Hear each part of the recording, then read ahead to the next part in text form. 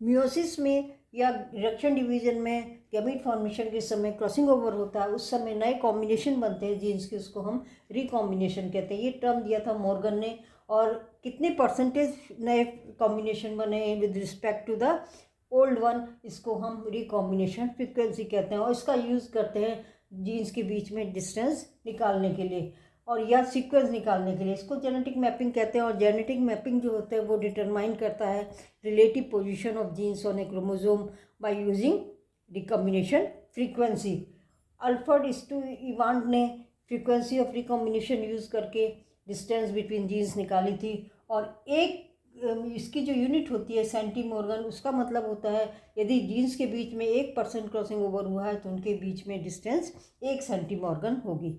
मतलब कि डिस्टेंस और रिकॉम्बिनेशन फ्रीक्वेंसी डायरेक्टली रिलेटेड होते हैं। ज़्यादा फ्रीक्वेंसी इसका मतलब ज़्यादा डिस्टेंस।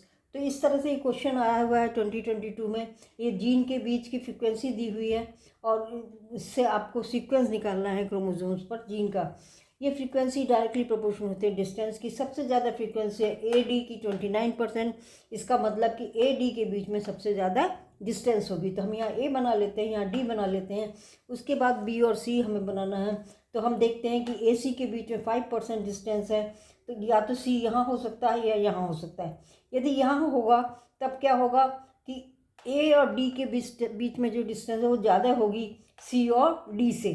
तो यहाँ पे हम देखें AD के बीच में 29 है और C और D के बीच में 24 है। इसका मतलब ये पोजीशन सही है और ये पोजीशन गलत है, ये जो है ये नहीं हो सकता। इसी तरह B को देखने के लिए कि B कहाँ पर है, यहाँ है या यहाँ हो सकता है। हम देखेंगे B और D के बीच में, A और D के बीच में क्या परसेंटेज है।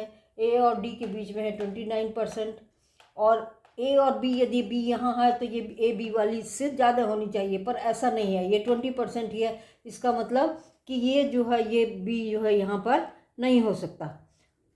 यहाँ पर होगा कि नहीं होगा, इसको हम निकालेंगे। इसका मतलब क्या हो गया कि AB जो है वो कम होना चाहिए BC से।